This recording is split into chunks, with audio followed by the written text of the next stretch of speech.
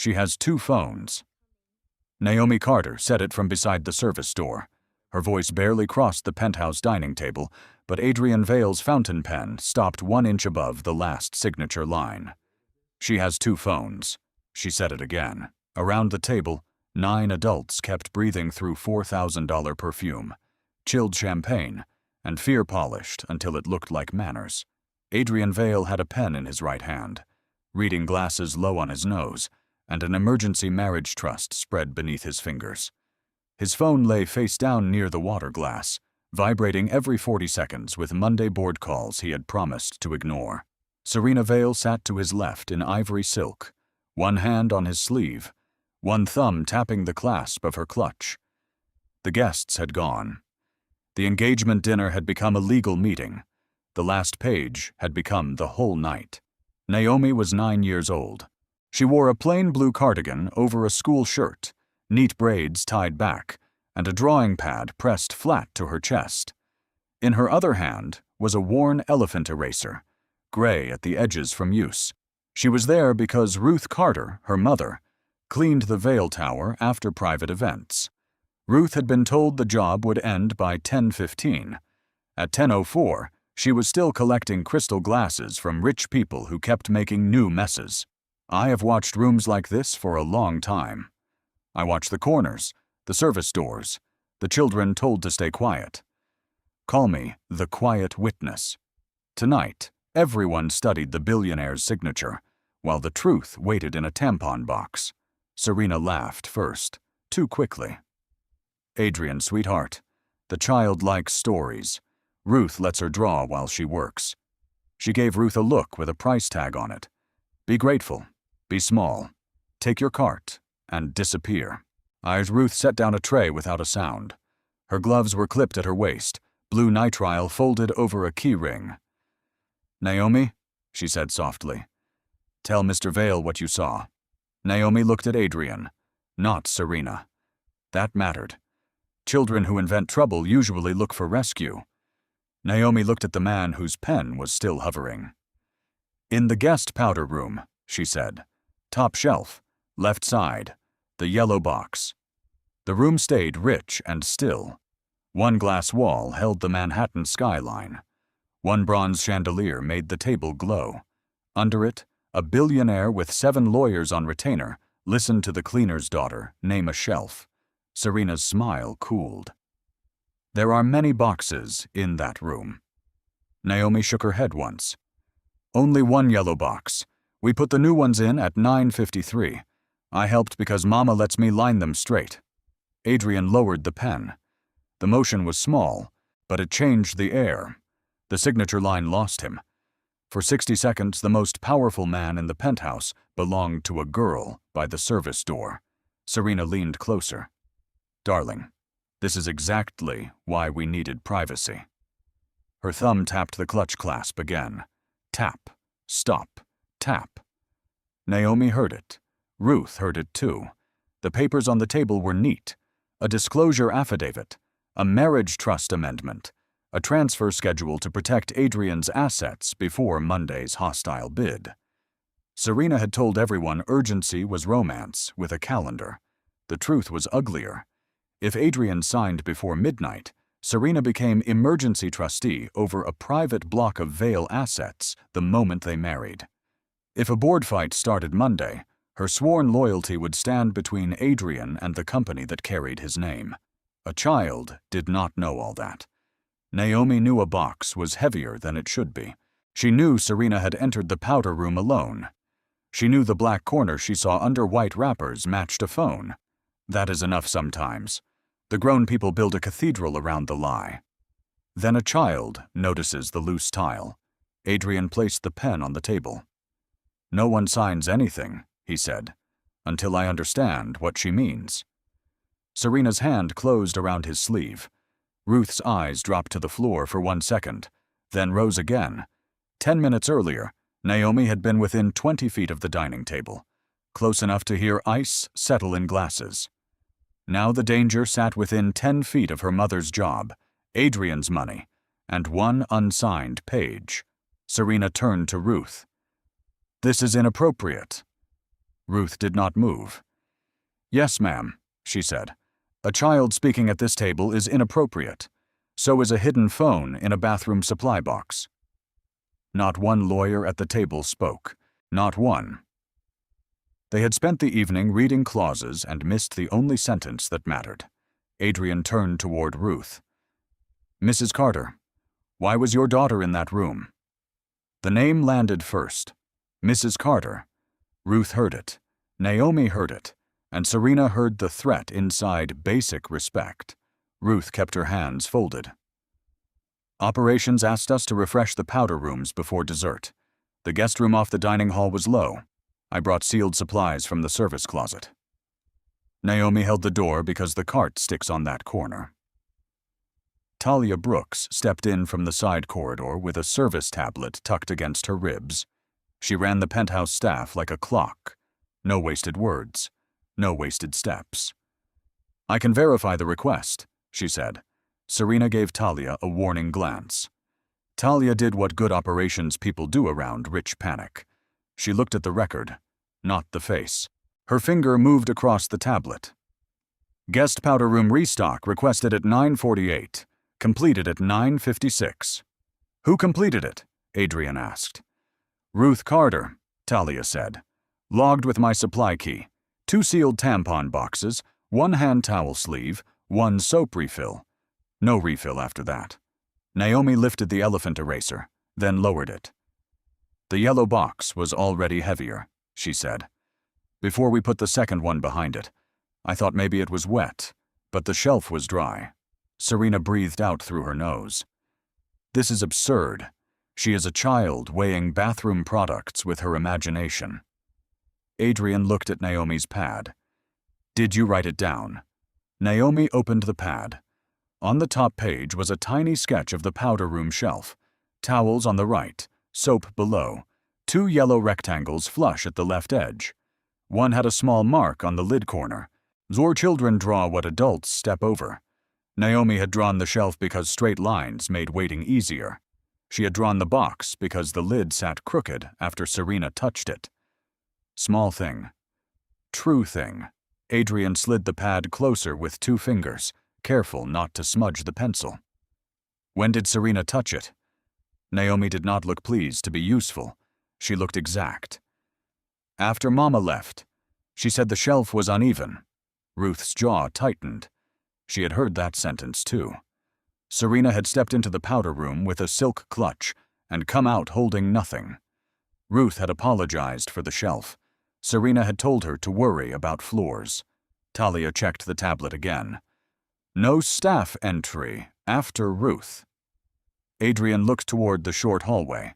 The powder room door stood open, all marble and gold trim, 15 steps away from the dining table. "Who went in after Ruth?" he asked. Serena placed a hand on the trust papers. "Adrian, please. Your board packet is due by midnight. We can deal with staff confusion tomorrow." Tomorrow is the favorite hiding place of a lie with a deadline. Tonight, the deadline was Monday morning. Tonight, Julian Morrow's legal team was waiting for 1 clean signature and 1 dirty declaration. Adrian said, "Answer the question." The room heard the billionaire in him for the first time all night. Serena removed her hand from the papers. "I used the room. Briefly. That is hardly a crime." Naomi watched Serena's clutch. Ivory silk, gold clasp. Tap, stop, tap. The clasp made the same small click Naomi had heard through the powder room door when the shelf went quiet. That click mattered because Naomi had drawn it without meaning to. On the corner of her shelf sketch, beside the crooked yellow box, she had made 3 tiny marks for the sound. Tap, stop, tap. Ruth had once told her that sounds belong to objects, same as shadows. If the sound comes back in the wrong place, look for the object that moved. Ruth saw the marks now and knew why her daughter had grown still at the service cart. Naomi did not hear danger as music. She heard order breaking. Serena's clutch had clicked outside the powder room. Then the shelf had gone quiet. Then the box had changed weight. 3 tiny facts. each one too small for arrogance to notice. Adrian had missed all of it. He had been listening to Serena describe Monday's board agenda, her voice low, her hand warm on his arm. He had been grateful for competence dressed as love. That is the old trick. Make urgency sound like care, then ask the tired person to sign before rest gives him back his eyes. Across the table, Glenn Hart, the drafting lawyer, began to understand his own failure. He had checked defined terms, trustee language, and jurisdiction. He had checked commas in paragraph 14. He had not checked why the fiancé wanted the signature at 11:58 p.m. while the cleaner's cart was still in the hall. Talia understood a different failure.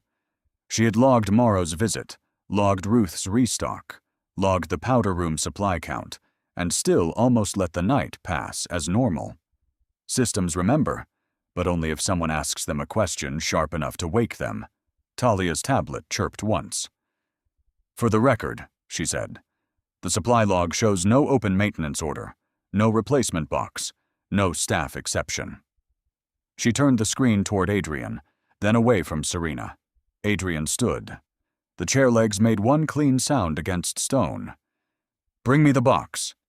Serena stood too fast. Leon Price, head of security, looked up from the wall where he had been pretending to vanish. Leon was 43, broad, calm, with an earpiece and the patience of a locked door. He did not block Serena. He simply stepped where the hallway narrowed and became hard to pass without asking. Serena saw him, and Naomi saw her see him. That was the second clock starting. One clock moving toward proof, the other toward the elevator. The engagement had ended at 9:30. Guests kissed Serena's cheeks, praised the ring, and left with black cars waiting downstairs. By 9:45, the flowers were being removed. By 9:50, the lawyers opened folders. Adrian Vale had built towers in 5 cities. He had survived a public divorce, 2 board wars, and a brother who sold his shares to strangers. He could read a steel contract from 20 feet away. He could not read loneliness at his own table. Serena had entered his life 18 months earlier at a hospital fundraiser. She remembered his late wife's favorite composer. She sent handwritten notes to his sister. She never asked for money in any obvious way. That was the elegance of it. A crude thief asks for the safe code. A patient one asks whether you have eaten, then learns where you keep the keys. Julian Morrow supplied the pressure. He was a rival attorney with a polished reputation and a client trying to force a Monday takeover of Vale Urban Holdings. His name had crossed Adrian's desk for 3 weeks, like a knife under paper. Morrow had visited the penthouse that afternoon, under the cover of settlement language. Talia logged him at 4:12. Leon watched him leave at 4:39, with a leather folio under one arm and a charger cable missing from the study outlet. Serena claimed the evening was about love. Morrow understood the real arithmetic. If Adrian married her with emergency trustee language in place, every disclosure fight on Monday would grow teeth. Serena could delay, certify, withhold, and confuse. The trust amendment did not give her everything. Clever traps rarely do. It gave her just enough to certify Adrian's private holdings, enough to sign a disclosure schedule, enough to create a sworn mess by sunrise. "This document protects us," Serena had said at 9:57, touching Adrian's wrist. "If Morrow attacks Monday, we face him as a family." She used that word the way some people use gloves. Ruth was in the kitchen then, rinsing a serving spoon she had not dirtied. Naomi sat on an upturned crate near the service pantry, drawing the powder room shelf because the straight edges had stayed in her head. She remembered the yellow box tipping forward when Serena brushed past. She remembered the flash under the white wrappers, black glass, a cracked corner, and the small circle of a camera. She remembered because it did not belong there. Now Naomi had learned belonging from cleaning nights. Soap goes by sinks. Towels go by edges. Spare rolls go behind cabinet doors. Phones go in pockets, handbags, and grown people's hands. Phones do not sleep under sealed wrappers. She told Ruth first. Ruth told her to speak lower. Then Ruth listened to the whole sentence and looked toward the dining room. Some mothers hear danger before any law has a name for it. Ruth had reason to hesitate. One complaint from Serena could cost her the building. One angry email could cost 3 cleaning shifts. Rent did not pause because truth arrived inconveniently. But Ruth Carter had taught her daughter a rule. We do not take up space, baby. Then life taught her the second half she had never wanted to teach. Unless the truth needs room. So Naomi walked to the service door with her drawing pad against her chest. She saw the pen rise. She saw Serena lean in. She saw the final page slide under Adrian's hand. That was when she whispered. The words carried no drama and no borrowed bravery. They used just enough air for the right man to hear. Now Adrian stood at the table, and the whole plan had to survive a box 15 steps away. Serena tried one last gentle move.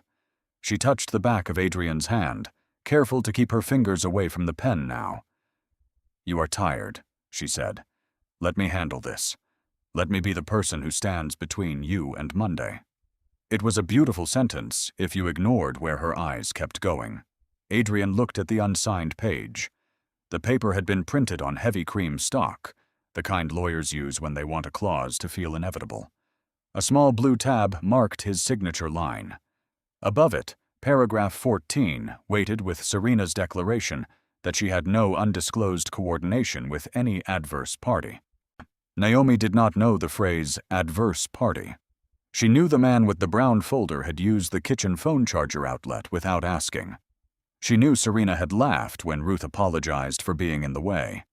She knew adults who plan clean things rarely hide tools inside bathroom supplies. Leon moved to the hallway before Adrian gave a second instruction. He had spent 16 years protecting wealthy people from strangers. The hard part, he had learned, was that strangers rarely knew enough. Real danger usually came from people with elevator access and a reason to smile for the cameras. Talia sent one message to the lobby desk. Hold private elevator for maintenance check. The phrase was dull enough to pass through staff chatter without raising panic. Dull language is useful when a shiny lie needs to be trapped without giving it time to run. No one touch it, Leon said. His voice carried the dull weight of procedure. He looked at Adrian, not Serena. If there is a device, you should open it yourself, sir, in view of witnesses. Serena gave a brittle laugh. A device? In a tampon box. Listen to yourselves. Her eyes moved to the hallway again. Leon's body remained where the hallway narrowed. Adrian walked toward the powder room, Talia following with the service tablet recording. Ruth stood by the dining room entrance, and Naomi stayed beside her mother. No one asked the child to lead the adults. That mattered too. The powder room was small and bright, all pale stone, brass fixtures, and a shelf set into the wall. The yellow box sat exactly where Naomi had drawn it. Top shelf, left side, front edge slightly crooked. Adrian stopped in the doorway. Mrs. Carter, did you place this box here? Ruth nodded. Yes, sir. I placed the fresh one behind it. That front box was already there. Talia read from the tablet. Stock photo from 9/56 confirms 2 boxes. Front lid aligned at that time. She turned the screen. On it, the shelf was clean, straight, boring, and therefore useful. Serena stepped forward. For God's sake, I can simply show you. Her hand reached toward the shelf. Leon moved 1 inch, that was all, and Serena's fingers stopped in the air. Hands away, Adrian said. No anger, no performance. Just a man who had finally understood that politeness had been used against him for an hour.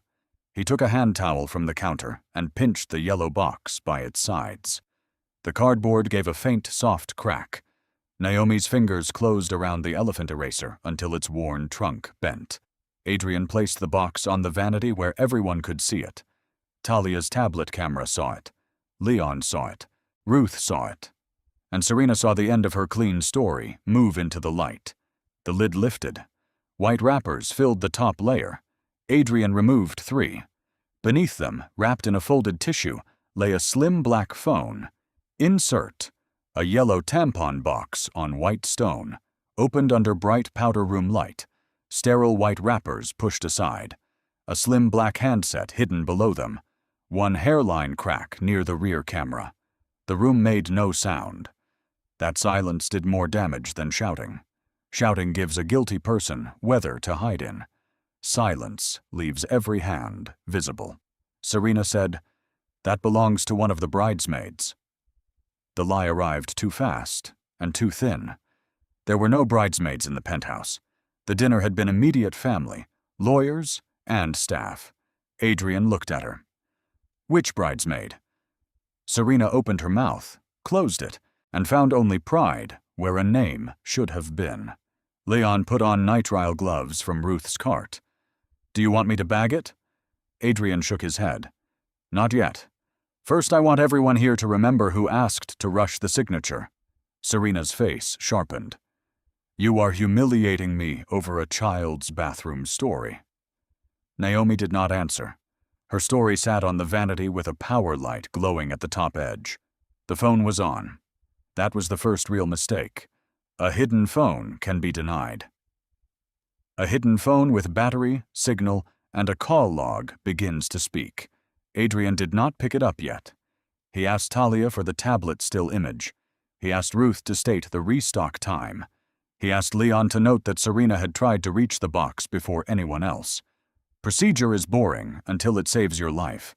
Then it becomes the most beautiful thing in the room.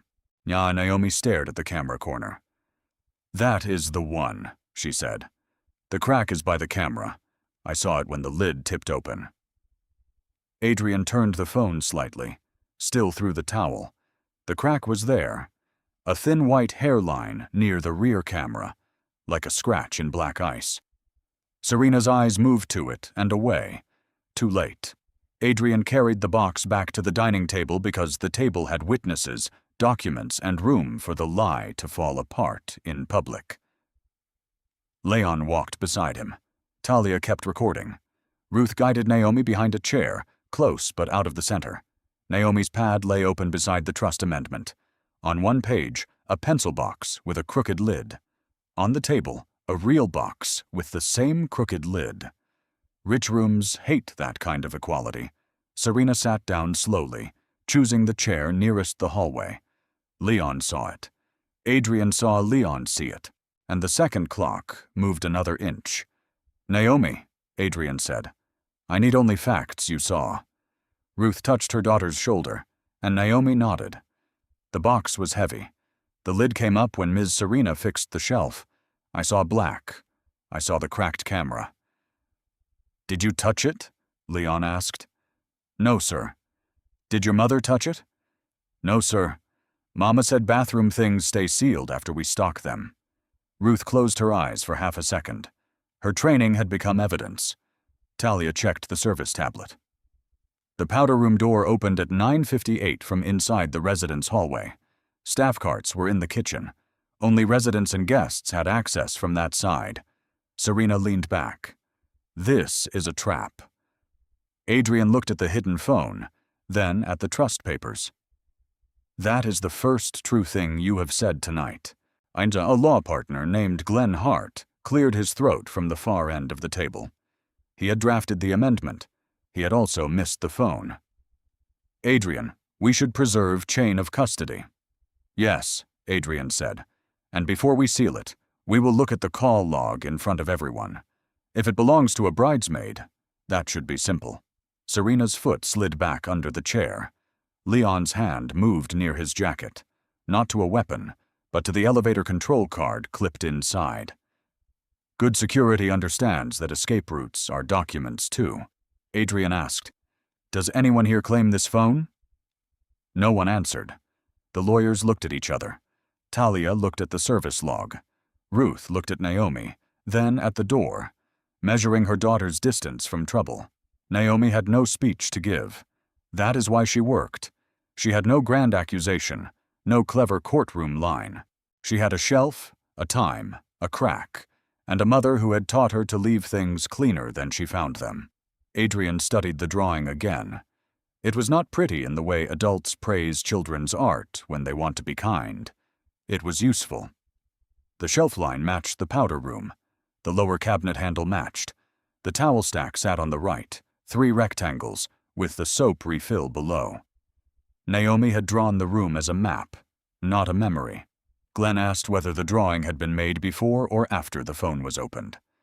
Ruth answered before Naomi could. Before. She was drawing by the service pantry when Ms. Vale asked me for extra towels. I saw the page then. It had the shelf and the crooked box. Ruth's voice did not rise. It did not need to. Talia checked the service corridor camera. At 11:47, Naomi sat on the crate with the pad on her knees. The camera angle could not read the paper, but it showed her drawing while Ruth loaded glassware. At 11:49, Serena passed behind her with the ivory clutch closed under her arm. The evidence was still modest. That is what made it strong. No single piece shouted. Each piece leaned on the next.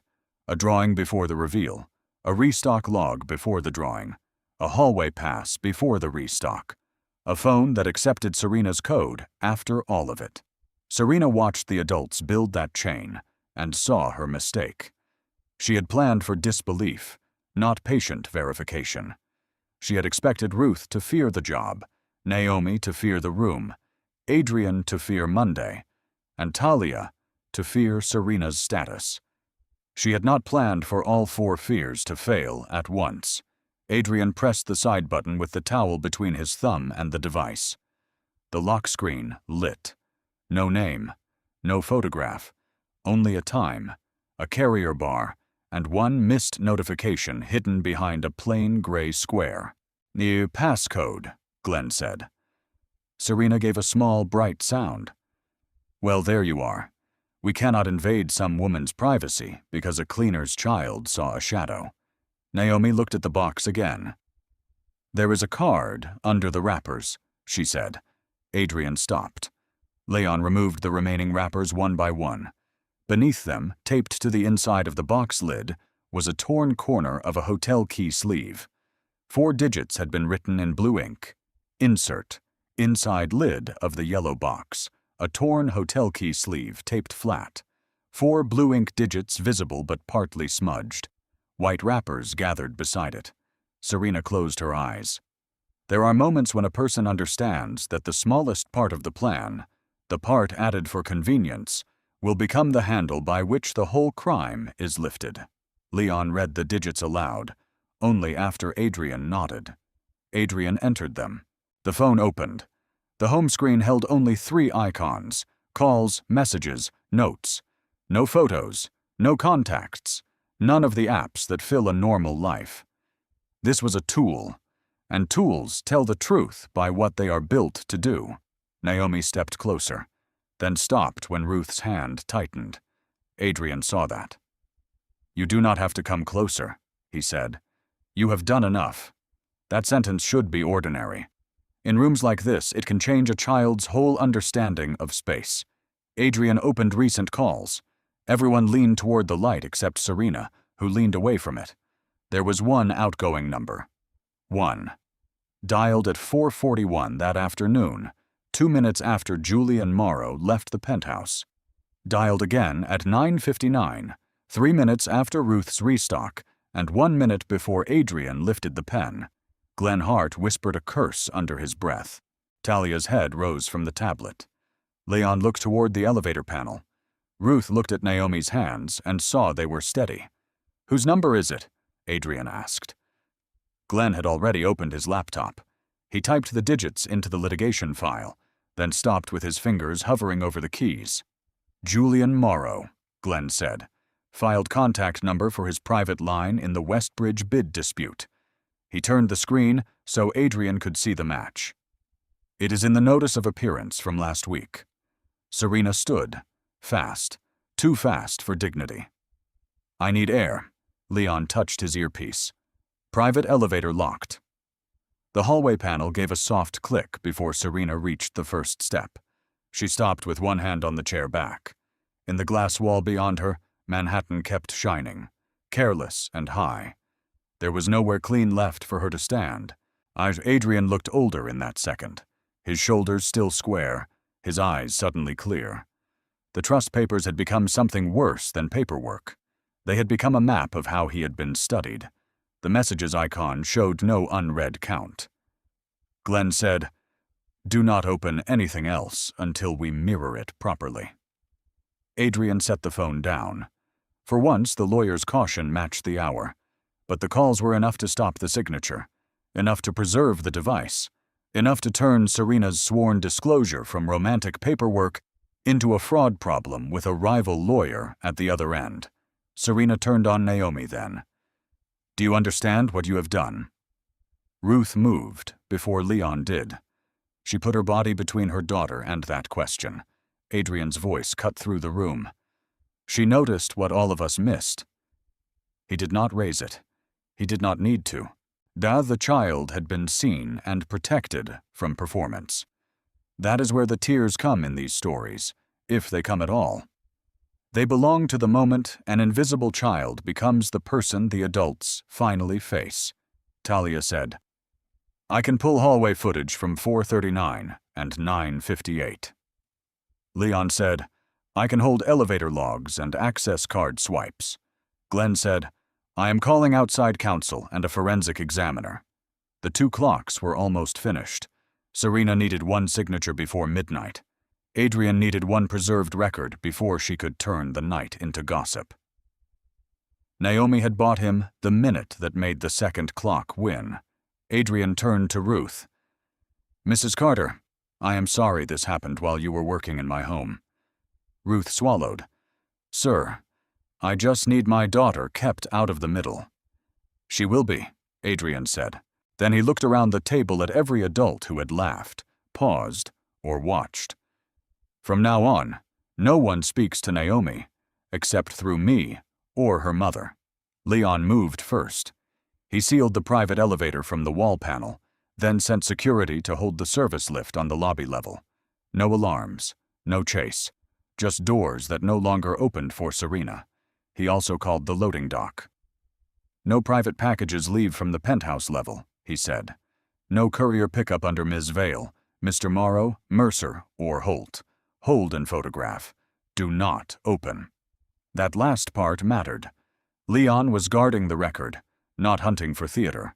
Talia mirrored the building logs to an offline drive.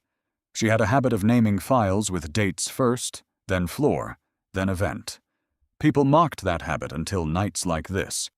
A good file name can make a lie travel uphill with a stone tied to its ankle. Not Ruth asked whether she should keep cleaning. The question hurt the room more than Serena's panic.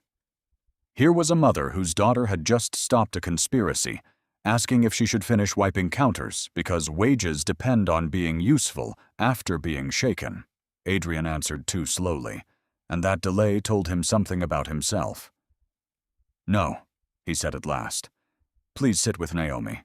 You are both witnesses tonight. You are not working." Ruth nodded, but her hands still looked for a towel to fold.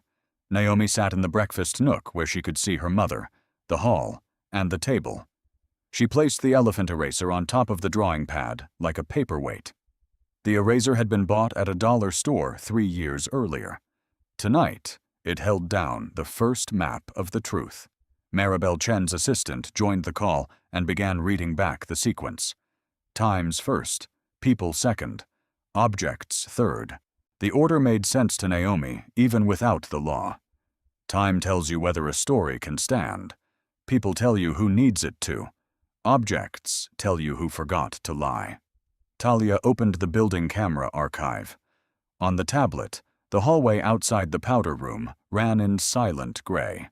Timestamps sat in the corner with more honesty than anyone at the table had managed. At 4:39, Julian Morrow exited Adrian's study. He adjusted his leather folio, paused near the powder room, and handed Serena something small. She palmed it without breaking stride. At 9:58, Serena entered the powder room with her clutch. At 9:59, the second phone called Morrow's private line. At 10 o'clock, she came out, smoothed her sleeve, and told Ruth the shelf looked uneven. Insert, tablet playback in Talia's hands, grainy penthouse hallway view, Serena near powder room door, clutch open, one hand lifted toward the shelf line. Ruth watched the video once, then looked away, because recognition cut deeper than fear.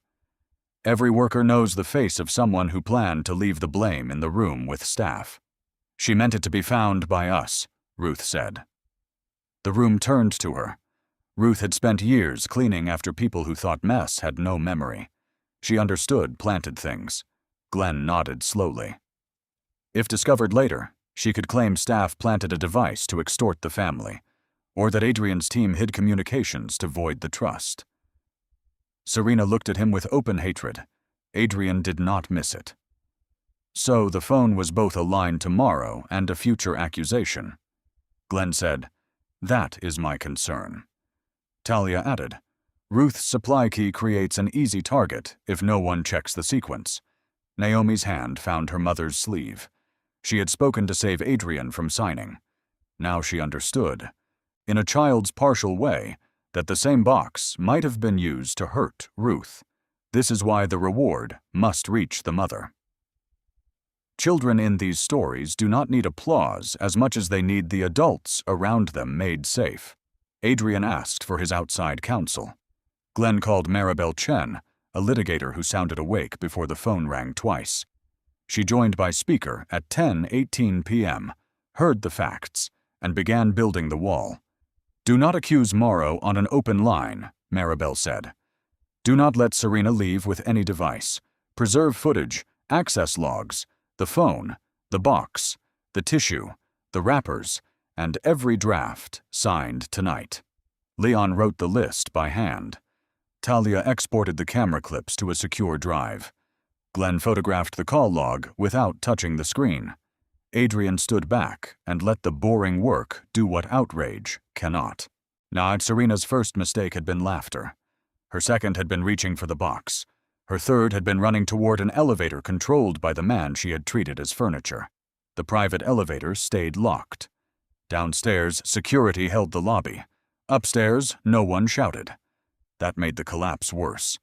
Serena had built a glamorous lie and got trapped by maintenance records.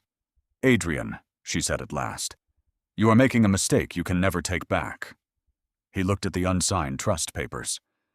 "No," he said. "That was the mistake I almost made. Maribel Chen made the shape plain. You have a false disclosure problem, a potential fraudulent inducement problem, and a civil conspiracy problem if Morrow coordinated with her while representing an adverse party." The phrase did not have drama. That was its strength. Fraudulent inducement, civil conspiracy, conflict of interest, words built to survive Monday morning, not win a dinner argument.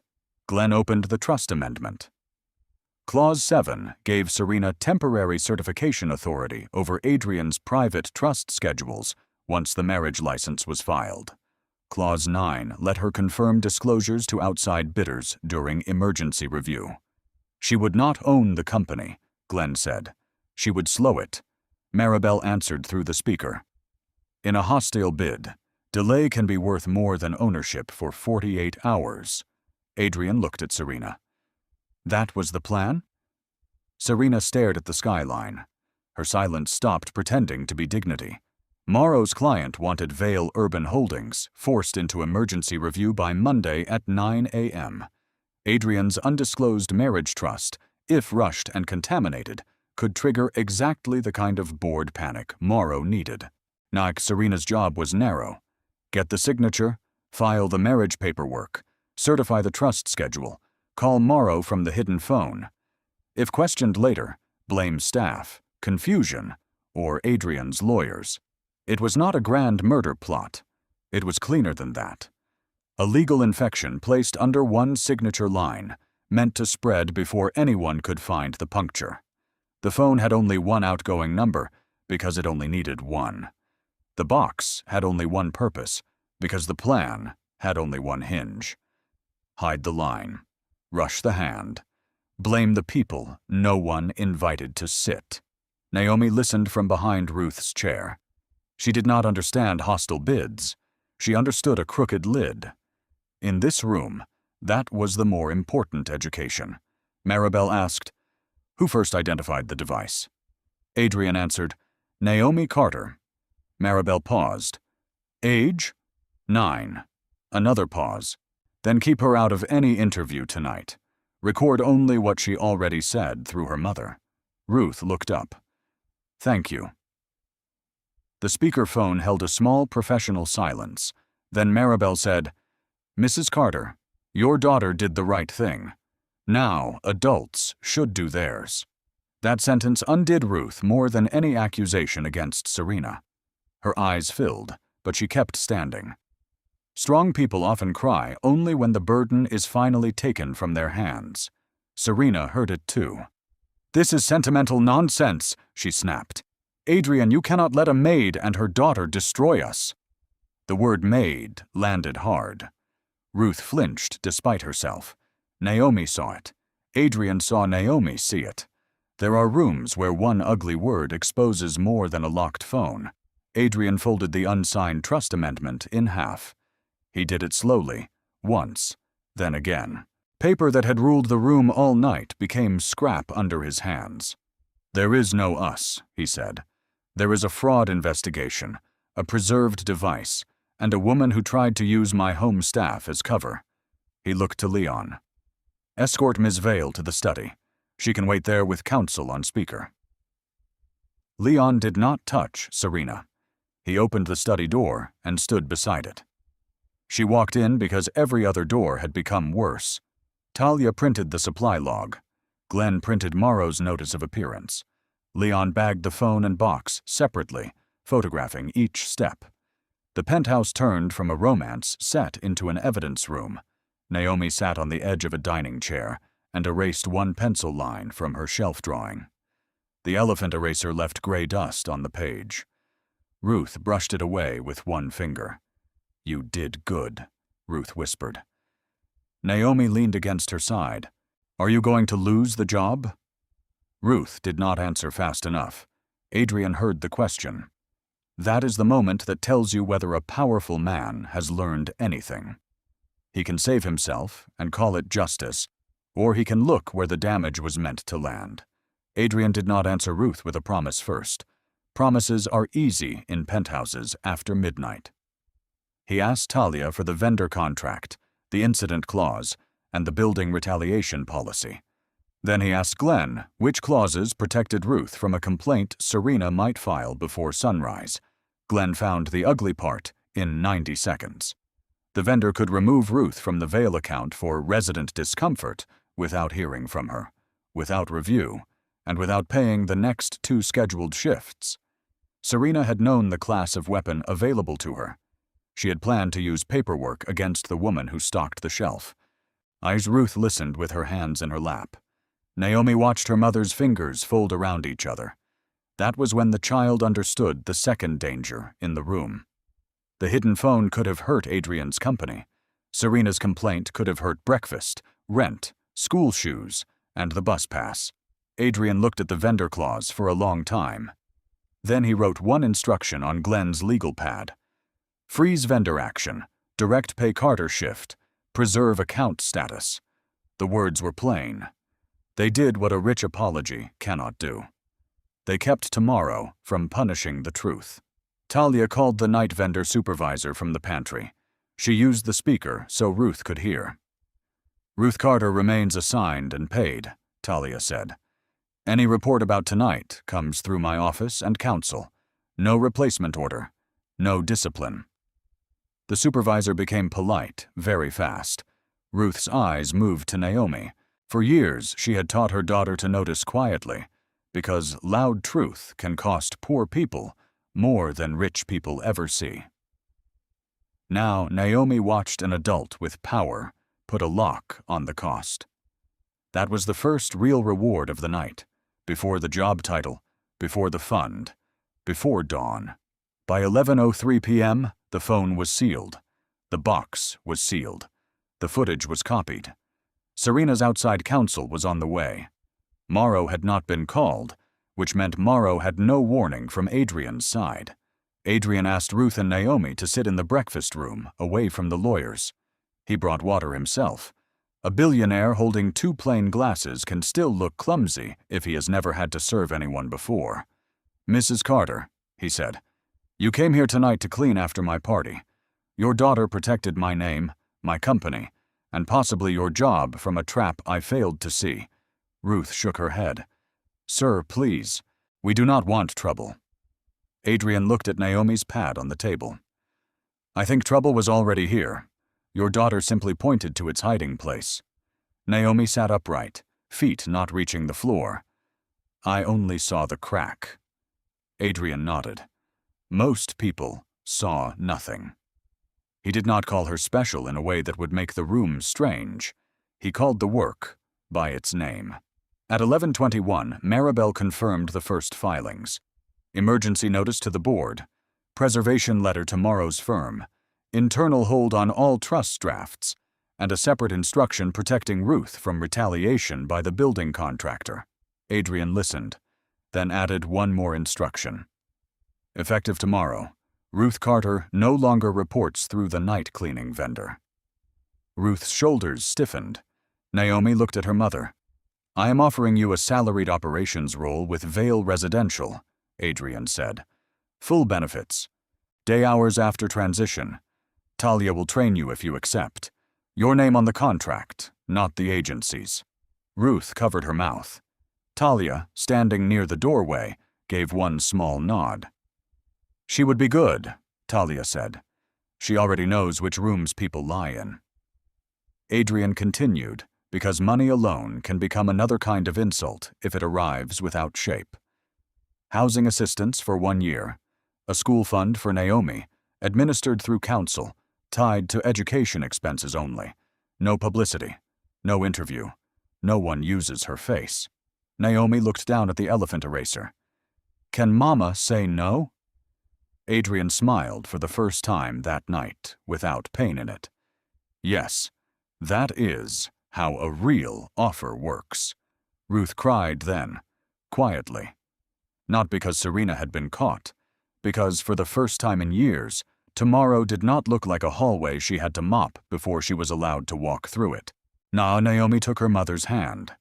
She did not understand salary bands, benefits, or preservation letters. She understood that her mother's fingers had stopped shaking. Adrian asked Naomi one question then, and it was the right one. "What should happen to your drawing?" Naomi looked at Ruth before answering. "Mama keeps it until the lawyer needs it." Adrian nodded. He did not reach for it. The drawing stayed with the family that had paid for it with courage. Maribel later sent a courier with a flat scanner, not a photographer. The scanner copied Naomi's page at Ruth's kitchen table, while Naomi ate cereal beside it. No flash. No questions about how scared she had been. No adult asking her to turn pain into a story for them. The housing help also came with a small rule Ruth insisted on. The lease would be in her name only, and the school fund would belong to Naomi's education, not Adrian's gratitude. Ruth had cleaned too many rooms to mistake a gift for freedom, unless the paperwork allowed her to say no later. Adrian accepted that rule because the night had taught him something useful. Control offered as kindness is still control if the other person cannot refuse it. So Glenn wrote the housing support as a 1-year grant, with no speech, no photo, no employment clawback, and no right to use Naomi's name. Talia trained Ruth on the service tablet the following week. Ruth learned the digital supply log in one morning because she had been keeping the same log in her head for years. Which cabinet stuck? Which resident lied about spills? Which contractor left screws under sinks? The tablet only gave her old knowledge a place to stand. Naomi came after school on Friday and found her mother at a desk instead of a cart. Ruth was wearing the same dark uniform, but her badge had changed. Naomi read it twice. Ruth Carter, Operations. Then she lined 3 pencils beside the keyboard, flush with the desk edge, and Ruth let them stay there all afternoon. At midnight, Adrian signed nothing except instructions to his own counsel.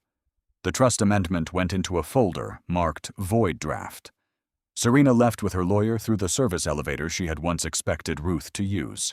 Julian Morrow learned before sunrise that his private number sat in a sealed device recovered from Adrian Vale's penthouse. By Monday, his firm's managing partner had received Maribel Chen's preservation letter, Talia's access logs, and a frame from the 439 hallway footage. The hostile bid did not vanish. These things rarely vanish.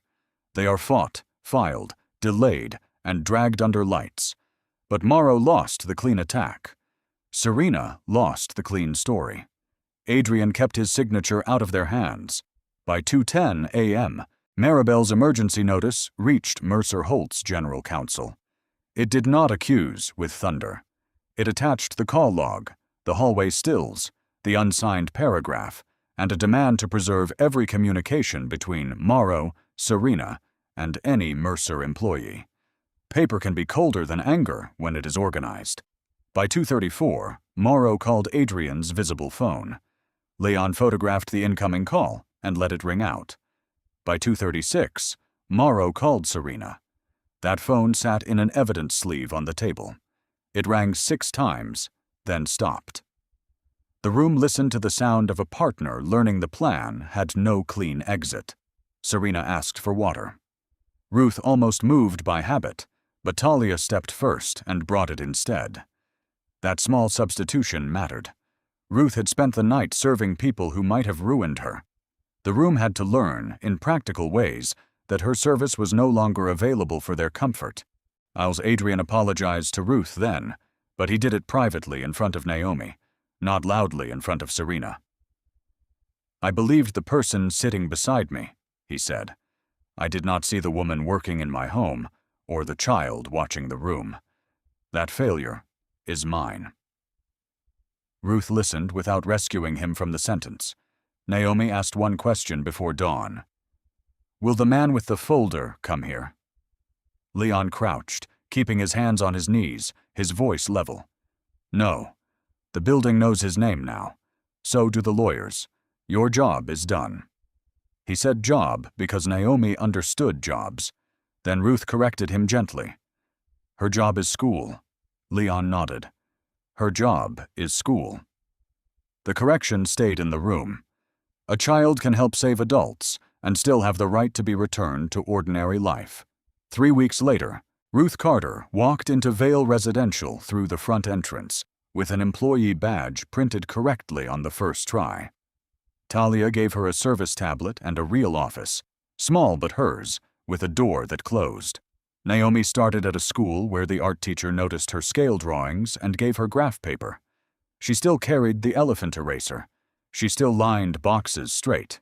No one asked her to become a little detective for adults. Adrian kept one object in his study, a photograph of the yellow box open on white stone, wrappers parted around a black phone. No faces, no names, just the small true thing that stopped a signature. He also kept the unsigned page. Across the signature line, in his own handwriting, he wrote 2 words for himself. "Ask why." Rich men often learn late that urgency is a costume. That night, a child taught him to see the zipper. Ruth kept Naomi's shelf drawing in a frame near her kitchen table. Not because it showed danger, because it showed her daughter had trusted her own eyes in a room arranged to make her doubt them.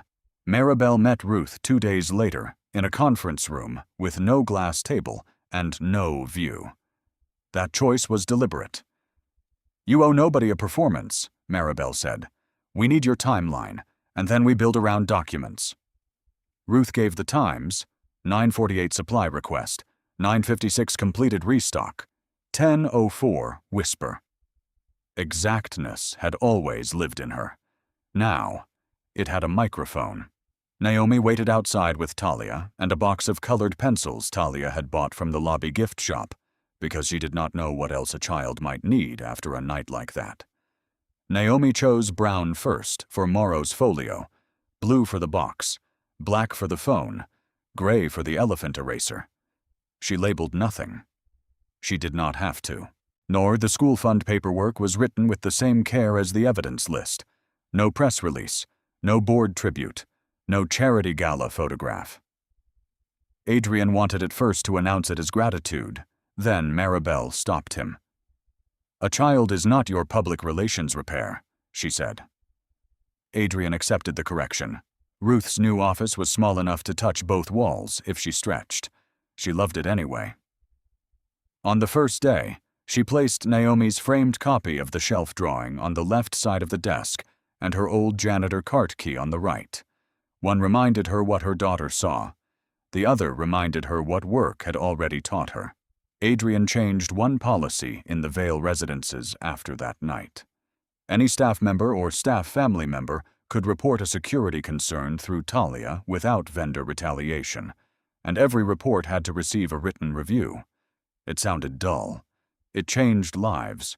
Dull protections are often the only protections workers can actually use. Naomi did not become loud. She still watched corners. She still lined boxes and pencils. The difference was that when she said a thing was wrong, Ruth no longer had to choose between believing her daughter and keeping food steady. A real reward removes that kind of choice. Months later, a tenant reported a missing watch and tried to point toward a day porter before Talia finished asking questions. Ruth pulled the access log, the laundry pickup slip, and the elevator camera. The watch was in the tenant's gym bag by noon. The porter kept his job. Ruth did not smile about it. She simply updated the file and moved on. That is what changed after Naomi's whisper.